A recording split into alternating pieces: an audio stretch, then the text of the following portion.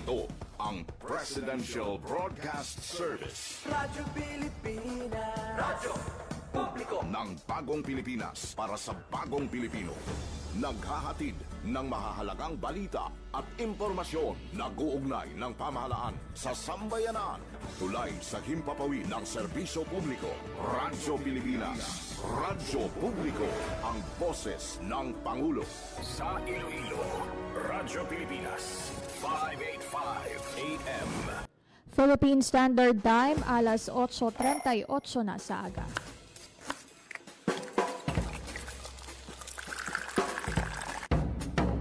Aga sa Iloilo. Masako. Magahod. Mapagsik. Panibagong adlaw pagkatapos ng pahuway sang gabi antes. Bag-o nga paglaom.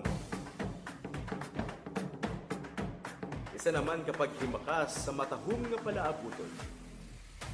Iloilo Morning, ang programa nga kaupod ninyo sa pamahaw Punaga. Magadulong sa labing ulihi nga balita, mga istorya halin sa Iloilo, kag iba nga bahin sang rehiyon, mga ginahuluhang balan, kag mga trending topic sa social media. Ululupod naton at tubangon ang maayo nga aga. Magpamati na sa Iloilo Morning. Diri sa 585 kHz sa AM bands ang inyong mga radyo.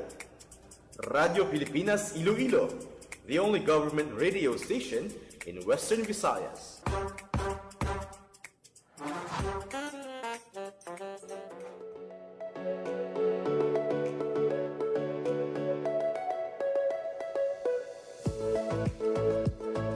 Maayong aga Pilipinas, maayong aga Western Visayas.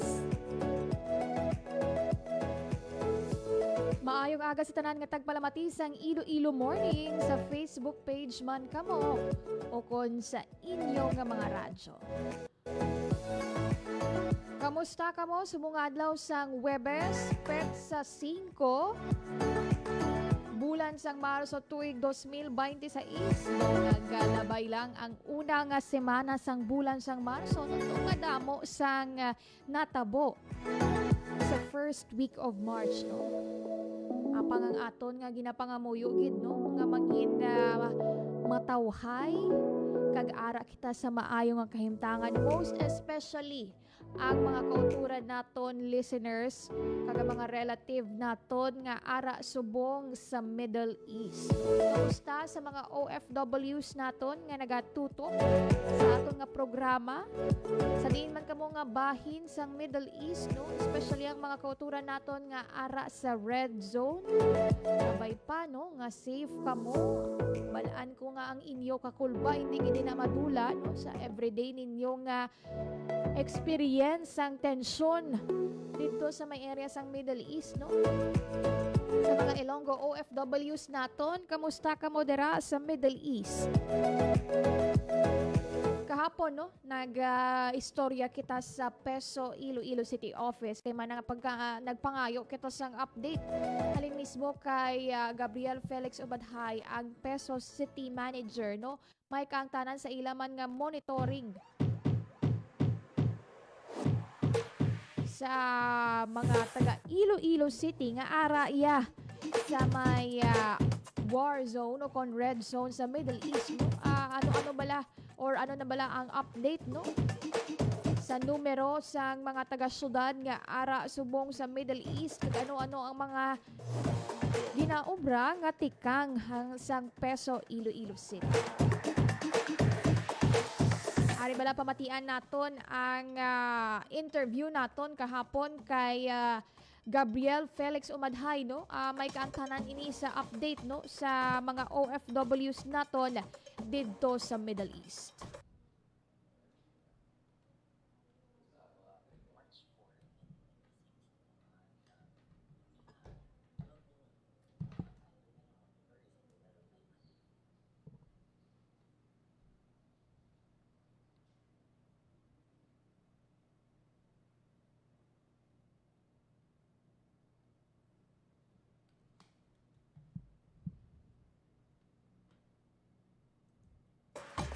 Are, no, pamatian naton ang kabahin sang pagpayag ni Gabriel Felix Umadhay sang ma-interview naton siya kahapon.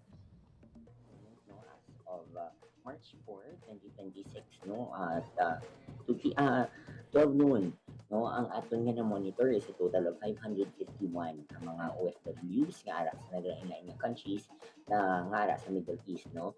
Ang 19 ara sa Israel, ang 11 ara sa Oman, ang 38 ara sa Qatar, ang isa ara sa Lebanon, ang 159 ara sa UAE, ang 62 ara sa Bahrain, ang 65 ara sa Kuwait, ang 192 ara sa Saudi, kag ang 4 ara sa Jerusalem. For a total of 551 ang total natin nga ginamonitor. Clarify, no, ang aton nga for clarification for everybody's information, no, number one, these are the Iloilo City residents ang may address diri sa Iloilo City, kag ang na-acknowledge ang barangay nga diri gid sila yaga istar. Ang number two is ang nagpa-profile sa Iloilo City. But silingon may data kami nga na may employer sila, at the same time naghapit sa Iloilo City ang ilang mga data bago sila mag-migrate. Ang number three, no, ang mga OFWs na gina-profile naton ang ara sa red zone or ang war zone areas. So basically, kung ikaw ara sa Middle East, no, na safe zones ka mo, na wala ka mo yaga experience ang mga bombing attacks, medyo hindi ka mo anay priority as of the moment. Ginamonitor ka mo namon, yes, no? Ara ka mo sa data. Pero ang amon din na closely monitor, amo ni sila ang mga ara sa war zones area. So basically, ang ginhatag sa amon, amo ni ang mga may ara American nga mga base sa mga Middle East countries. Sila gid na nalapit dira, no, sila nang amon ginamonitor, especially ang mga areas nga may mga attacks, no. So to be clear sa mga Ilonggos, no, please do not get confused. The government is still monitoring you. However, there is just specified monitoring for those who are really affected of the situation. No, but silingon gid na is either, no, dugay na sila nga ara dira sa country nga na, so basically wala na sila nag-agi sa data namon, or no, wala sila pa na contact sa mga employers nila. So gapangayo gid kami bulig na pwede gid sila ka message sa amon, no, ang amon nga Facebook page Peso Iloilo City, may gina-reply kami na dayon automatic na data nga ginapangayo namon, and then replyan lang kami nila para ma-monitor or ma-add sila namon sa options of number 1, pwede sa group chat sa Facebook, number 2, pwede sa WhatsApp nga group chat, or pwede sa Telegram kag sa Viber man nga group chat, no. So mga amo ni mga group chat namon, amo ni mga monitoring mechanisms per country namon nga pang ubra para at least mapahapos ang repatriation efforts kung may ara na gid man repatriation. As of the moment, wala pa kita repatriation. Ang aton nga DMW, ang ila instruction sa amon is to just closely monitor the Ilonggos who are living in the Middle East countries. And ang instructions for repatriation naka-hold pa. So, kung na-profile sila namon nga gusto nila magpuli nga repatriation sila, as of the moment, ang amon ginoobra is ginakuha lang details, ginakuha sino ang employer nila, para kung may ara na gidman sa special flights, may organize si DMW, sila ang amon nga siguraduhin nga makapag.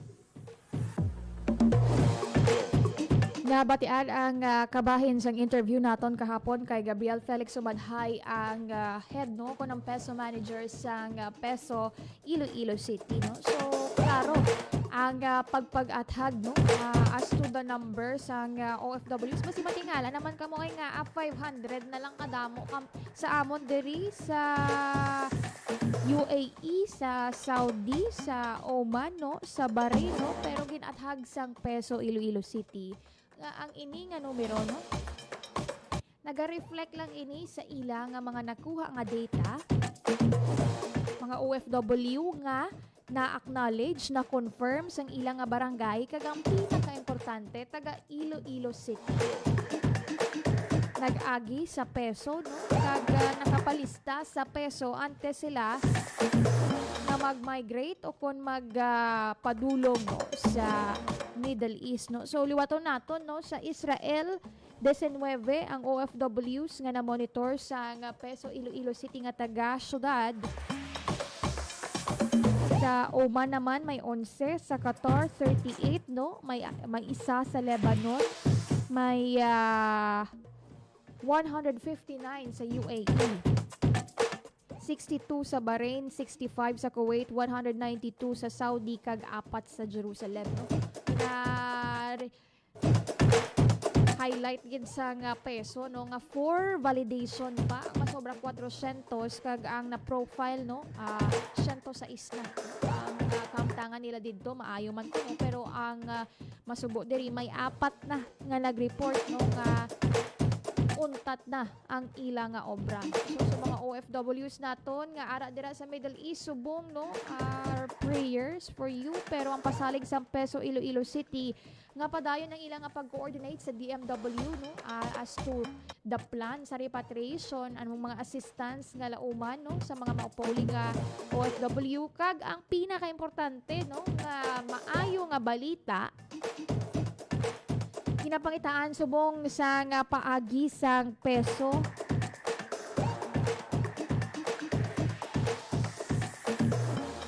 Nga mabuligan pangita sang obra ang mga pamilya sang nabilin nga OFWs nga wala na nakabaton sang remittances. Iti ang gini ang maayo nga balita, no.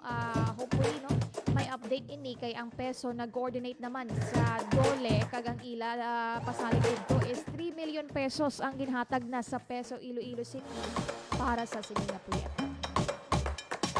Philippine Standard Time, alas 8:49 na sa aga, no? Kahapon, nagpadulong man kita sa may Iloilo City Hall kay may press conference ang Local Economic and Enterprise Office.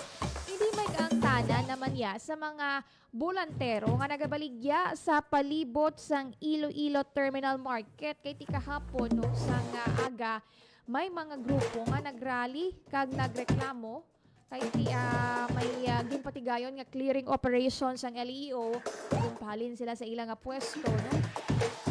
Kay ang sabat naman sang LEO, pang obstruction sila, wala sila ginatugutan. Ari ba na pamatian naton ang kabahin, no, sa pagpahayag ni Maricel Mabakyaw, ang head, no, sa Local Economic Enterprise Office. Ini may kangtanan sa mga bolontero dito sa may Iloilo Terminal Market. Previous nga daan pang aton nga mga merkado, ni aran ang kita nga mga volunteers nga naga-exist. And during that time, may clearing operation na din kita because may ara kita nga mga vendors nga nagabalik sa sulod na which nagareklamo man because they compete. And dinhimo naton before maguba ang aton na nga merkado, din may database kita sa ilada. And according kagina sa ilang rally, wala man kabalo man kita because nag-start kita liwat sa ila, kaya nasaylo na naton ang aton mga vendors sa sulod sa new markets naton. So we need to clear the palibot sa super because para mabuhi man ang aton mga vendors sa sulod sa new market. And before kita nag-clearing dra, may ara kita nga may information dissemination. Actually, gilibot natin sila, gipabalo nga saka ka mo dito sa babaw, sa office ko, and din one-on-one ko gina sila. Putob sang, kay may master list kita, putob sang ara sa listahan naton, we consider them as the new applicant para sa mga remaining stalls naton. And kung makita natin sa database natin ng ilang ngalan, of course, i-accommodate natin sila, provided na makahatag sila sa mga document nga makasuffice man para maging sila valid nga vendor naton. And ang mga nagrally, because nag-intensive na kita, nag-information dissemination starting February 28, nanaog naman kita through written document. So nagsulat kita sang in a 1/2 sheet based sa aton nga market ordinance, nga ginpabalo natin sila nga it's time na nga i-clear up na gidya ang area sang super. Because may nakabaton man ta sang letter sa aton nga palibot dira sa mga private establishment na gapangayo man sila bulig nga i-clear ang areas nila because ang ginahimo sa aton nga mga volunteers gasaka sila sa private area, sa aton mga private establishment. So nakabatong kita sang letter. And ang aton naman mga bona fide nga mga vendors naton sa Iloilo Terminal Market, of course, ari din aton nga president,